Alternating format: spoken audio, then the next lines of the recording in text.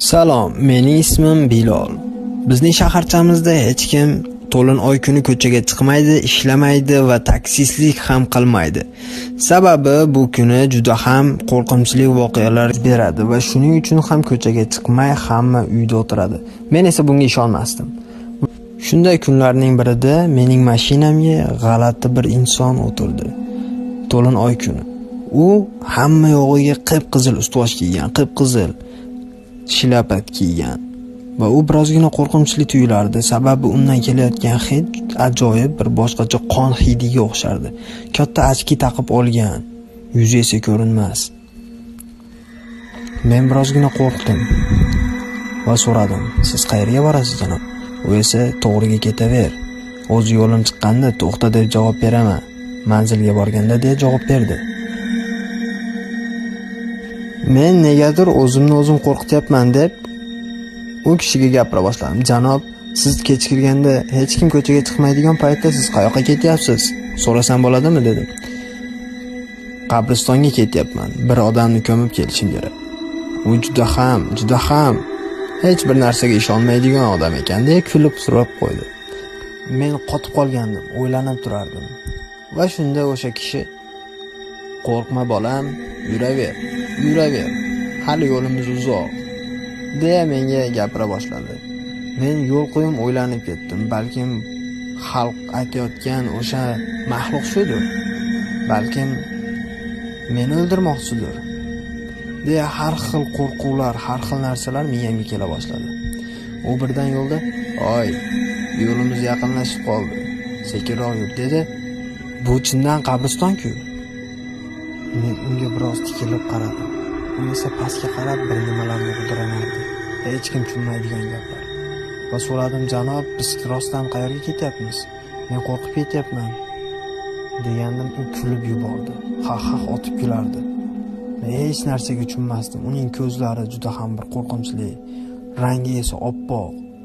Kulayotganda ovozi juda ham qo'rqinchli, xuddi ajina yoki bir itning ovoziga o'xshardi. Men esa rangim oqarib ketgan, hech narsa ko'nglimga sig'mas. Va birdan qabristonga keldik, chindan ham. Qabriston. Bu chindan qabriston. "To'xtat bolam", dedi va qo'lini ko'rsatdi. Mening qo'llarim xuddi yog'ochday. Deya og'zimdan bo'g'di-da og'zimga qo'lini tiqa boshladi. Ammo hech narsa tushunmasdan qo'lini mahkam tishlab olganman. Og'zimga qo'lini tiqardi, tishlarim esa juda ham azobli tarzda og'rirdi. Hech narsaga tushunmasdim va men tushunib yetgandimki, u chindan ham o'sha iblis edi. Oy to'lganda chiqadigan iblis. U qo'lini bor kuchi bilan og'zimga tiqaverardi. Og'zimga sig'masa ham qandaydir bir qo'li ingichkalashay boshladi va og'zim ichida katta bo'ldi. O'zimga kelganimda doktorxonada rafiqam esa ustimda yig'lab yotardi. Hech narsaga tushunmasdim. So'radim: "Kecha tunda siz nega ko'chaga chiqdingiz? Siz avariya bo'lib ketganingizni menga xabar berishdi.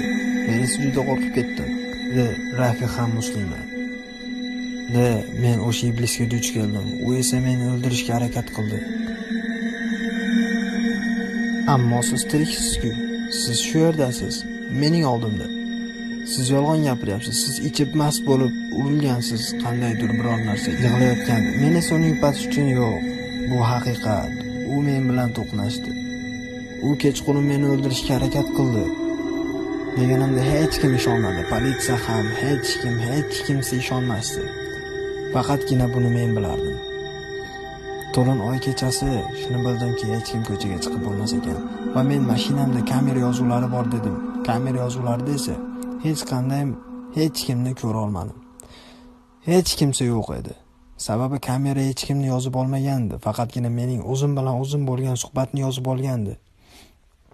Men hech narsa tushunmasdan shunda politsiyachilarning ovozini eshitdim. Buni jinnixonaga topshirish kerak. U jinni deganni eshitdim-da, o'zim tergay boshladim. Axir o'sha kuni qizil ko'zoynakli, qizil ust-boshli odamni ko'rgandim. U menga qabristonga yurishimni aytgandi. Qo'lini ham tiqqandi. Nega kamera hech narsani yozmagan? Nega menga hech kim ishonmayapti deb o'zimga o'zim o'ylanardim. Ammo buning sababini hech ham topa olmadim. Kechalari uxlay olmasdim. Tanam zirq titrab og'rirdi. Juda ham qattiq azob berardi. Faqat tushlarimda o'sha meni o'ldirmoqchi bo'lgan iblisni ko'rardim. U og'zimga tiqayotgan, tishlarim esa kerilib ketayotganini ko'rardim. To'lin oy kechasi kimda kim ko'chaga chiqsa, xuddi shunday holatga tushadi.